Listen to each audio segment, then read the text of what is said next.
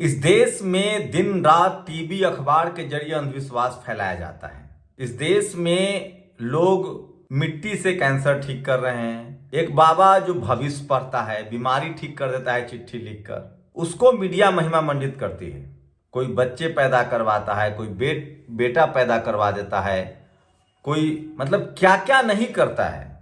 तमाम अंधविश्वास और कर्मकांड फैलाए जाते हैं, जबकि संविधान ने भी कहा है कि आपको वैज्ञानिक टेम्परामेंट की तरफ बढ़ना पड़ेगा। और ये सब हो रहा है आस्था के नाम पर।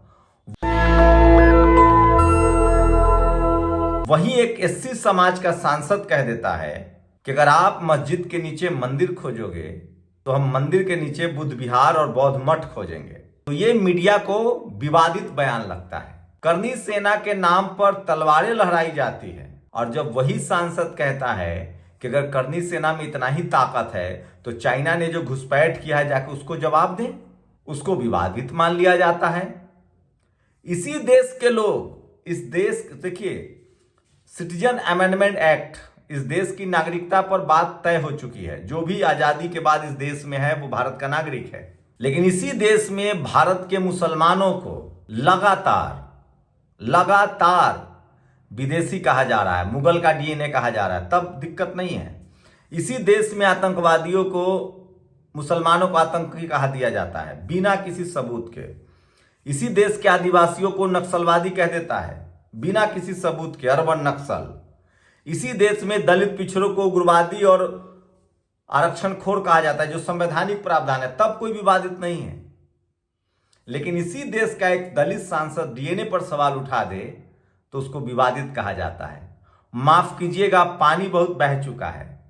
अब लोग टीवी अखबार के सहारे नहीं हैं, उस टीवी अखबार के सहारे जिसने इस देश के बहुजन नेताओं को जाति का नेता साबित किया, जिस टीवी अखबार ने इस देश के बहुजन नेताओं को भ्रष्ट और करप्ट घोषित कर दिया था।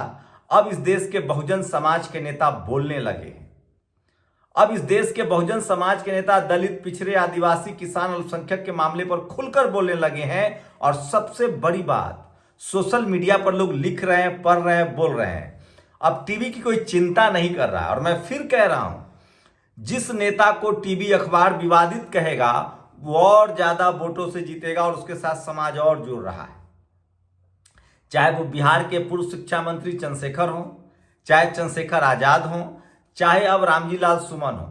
यूपी में सबसे ज्यादा फायदा अखिलेश यादव को रामजी लाल सुमन के बयान से हो रहा है। रामजी लाल सुमन ने कहा है कि अगर आप मंदिर के नीचे मस्जिद खोजेंगे या मस्जिद के नीचे मंदिर खोजेंगे, जिस पर लगातार कोर्ट भी राजामंदी है, कोर्ट भी कह देता है कि हाँ वहां सर्वे कराइए, जबकि कानूनी प्रावधान हो चुका है, वर्शिप एक्ट बन चुका है कि जो जिस स्थिति में रहे। तो रामजी लाल सुमन ने कहा कि जब आप मस्जिद के नीचे मंदिर खोज रहे हैं तो हमको भी हक है मंदिर के नीचे मठ खोजने का, बुद्ध विहार खोजने का। सब दूध का दूध और पानी का पानी हो जाए। सोचिए, गया बुद्ध विहार में बौद्ध भिक्षु 3 महीने से धरने पर हैं कि हमें भागीदारी मिले। इसको विवादित कहा जा रहा है। मैं इसीलिए बार बार कहता हूं, इस देश में टीवी अखबार पर बिल्कुल ध्यान मत दीजिए, और अब कोई दे भी नहीं रहा है। इन तमाम बयानों के खिलाफ टीवी अखबार में लिखा जा रहा है। अब करनी सेना या आरएसएस लाठी लेकर पथ पंचलन करती है। भाई, आप देश के लिए अगर सीमा पर लड़ने जाएंगे तो क्या दिक्कत है? इसमें कौन सी बड़ी बात कह दी? मुझे सरकार कहे मैं जाऊंगा लड़ने, बिना हथियार के जाऊंगा। वो आदमी क्या जो देश के लिए, राष्ट्र के लिए, अपनी देश की सीमा के लिए जान न दे? इसमें कौन सा विवादित बयान हो गया? मुझे आज भारत सरकार कहे कि आप सीमा पर जाइए चाइना से लड़ने के लिए, या किसी भी दुश्मन मुल्क जो हम पर हमला करने की कोशिश करेगा या हम पर कब्जा जमाने की कोशिश करेगा, मैं बिना ट्रेनिंग, बिना हथियार जाऊंगा, वहां खड़ा रहूंगा, मैं जाऊंगा, लड़ूंगा। मुझे मरने की परवाह नहीं है। अपनी देश की मिट्टी को बचाने के लिए, देश को बचाने के लिए शहीद होने में तो इससे बड़ी खुशी क्या है? बाबा साहब ने मैक्सिमम सेक्रीफाइस कहा है। उन्होंने कहा था कि मैं सिर्फ और सिर्फ भारतीय हूं। जो लोग इस देश को हिंदू, मुस्लिम और जातिवाद में बांट रहे हैं, वो इस देश के असली देशद्रोही हैं। तो करनी सेना, जिनको जो कह रहे हैं कि हमारे पास लाइसेंसी बंदूक है, तलवारें हैं, आगरा में जुटे थे, वो अगर जाएंगे तो उसमें क्या दिक्कत है, उसमें कौन सा विवादित बयान हो गया। और भारत का इतिहास बताता है, प्रधानमंत्री कह रहे हैं कि भारत की पहचान बुद्ध से है, सबसे पहले भारत में बुद्ध हुए, सारे बुद्ध विहार हैं, उस पर कब्जा हुआ है, आप सर्वे करवा लीजिए, इसमें कौन सा विवादित बयान है। अब टीवी अखबार को कौन देखता है, उस टीवी अखबार को जिसने इस देश के तमाम बहुजन नेताओं को, बीकर सेक्शन के नेताओं को बदनाम किया, उस टीवी अखबार को जब इस देश में दलित, पिछड़े, किसान, अल्पसंख्यक, आदिवासी राजनीति में आने लगे तो कहने लगा कि राजनीति का अपराधीकरण हुआ है, जबकि राजनीति का पैसाकरण कर दिया गया। गरीब चुनाव नहीं लड़ सकता है। मायावती जी, लालू प्रसाद यादव, मुलायम सिंह यादव, शिबू सोरेन जैसे लोगों को बदनाम किया गया। जगदेव बाबू की शहादत हुई, जननायक कर्पूरी ठाकुर को बदनाम किया गया, गालियां दी गई। भारत रत्न चौधरी चरण सिंह को बदनाम किया गया। मैं इसलिए कह रहा हूं, इस देश के लोग अब बहुत समझदार हो चुके हैं, जागरूक हो चुके हैं और इनकी बातों में अब आने वाले नहीं है ना, इनकी बात सुनते हैं। अब इस देश के धम्म अनुयायी, इस देश के मूल निवासी, इस देश का SC ST OBC 14 अप्रैल देखा नहीं, शायद ही कोई गांव हो, शायद ही कोई जिला हो, शायद ही कोई शहर हो, शायद ही कोई राज्य हो जहां बाबा साहब की जयंती नहीं मनी। और धीरे धीरे इस देश का OBC जागरूक हो रहा है, उसको अपना संवैधानिक अधिकार पता चल रहा है, वो जाति जनगणना ढूंढ रहा है, वो रिजर्वेशन ढूंढ रहा है। अब लोग सवाल पूछ रहे हैं कि हाई कोर्ट, सुप्रीम कोर्ट में कितने SC ST OBC, किसान, जाट, गुर्जर, पटेल, मराठा और अल्पसंख्यक जज हैं। अब लोग सवाल पूछ रहे हैं कि इस देश के कॉलेज, यूनिवर्सिटी में कितने वाइस चांसलर दलित, पिछड़ा, आदिवासी, किसान, अल्पसंख्यक, जाट, पटेल, मराठा और गुर्जर हैं।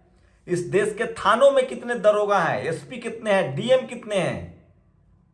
ये सारे सवाल पूछे जा रहे हैं। और अगर विपक्षी दलों ने और खासकर बहुजन लीडरशिप वाली पार्टियों ने, SC ST OBC की लीडरशिप वाली पार्टियों ने इन मुद्दों को मुद्दा बनाया तो वो दिन दूर नहीं है जब इस देश में, इस देश के 90% लोगों को जो वोट की ताकत है, आप उनको चुनाव में नहीं हरा सकते हैं। और अब तो संविधान से देश चलेगा, लोकतंत्र से देश चलेगा, वोट से देश चलेगा, ये तो एकदम तय मान लीजिए। और इसीलिए सोचिए, BSP सुप्रीमो मायावती जी ने आज ट्वीट किया है कि इस देश के 17 टॉप इंस्टीट्यूट, IIT, IIM और NIT में इनको वाइस चांसलर नहीं मिल रहे हैं। क्यों? क्योंकि इनको अपने लोग बैठाने हैं, इनको ऐसे लोग बैठाने। दिल्ली यूनिवर्सिटी में देखा एक प्रिंसिपल ने, सवर्ण समाज से आते, वो गोबर की पुताई कर रही थी दीवारों पर। आज दिल्ली यूनिवर्सिटी के छात्र संघ के एक नेता ने जाके उनके ऑफिस में गोबर पोत दिया और कहा कि जब गोबर से ठंडक है, जब क्लासरूम को आप गोबर से पोत सकते हैं तो अपने ऑफिस को गोबर से पोतिए, अपने घर को गोबर से पोतिए। तो सोचिए देश को कहां ले जाया जा रहा है। गोबर खाइए, मूत्र पीजिए, घर को गोबर से पोतिए, ये सब अंधविश्वास फैलाया जा रहा है। इस पर कोई बहस नहीं कर रहा है। नारियल फोड़ने से बच, तो सोचिए एक हृदय विदारक तस्वीर, किस तरह से इस देश की मीडिया अंधविश्वास में इस देश को धकेल रही है। एक महिला का बच्चा बिहार के मुजफ्फरपुर में उसका निधन हो जाता है, वो मंदिर के दरवाजे पर सर फोड़ रही है। मैं फिर कह रहा हूं, इस देश को जो ज्ञान विज्ञान से दूर ले जा रहे हैं वो विवादित हैं।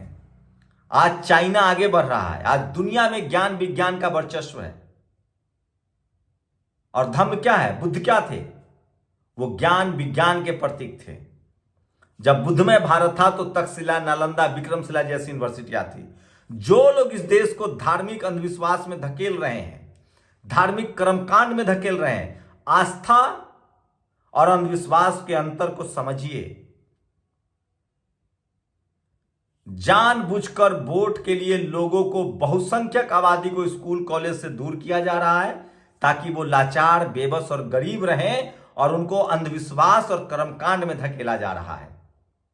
और अब वक्त आ गया है कि इसके खिलाफ बोलना पड़ेगा, नहीं तो वो दिन दूर नहीं जब इस देश में लोग लोकतंत्र को निगल जाएंगे, खा जाएंगे। और इसके लिए सबसे ज्यादा जिम्मेदार है इस देश की मनुवादी मीडिया। आप लोग की क्या प्रतिक्रिया, अपनी प्रतिक्रिया जरूर दीजिए। शुक्रिया। नेशनल दस्तक की आपसे गुजारिश है कि अगर इसको बचाना चाहते हैं तो नेशनल दस्तक को सब्सक्राइब करने के लिए रेड कलर के सब्सक्राइब बटन को दबाएं, फिर बेल आइकन की घंटी दबाएं। नेशनल दस्तक को बचाने के लिए बहुत जरूरी है कि हर खबर को शेयर करें, लाइक करें, कमेंट जरूर करें।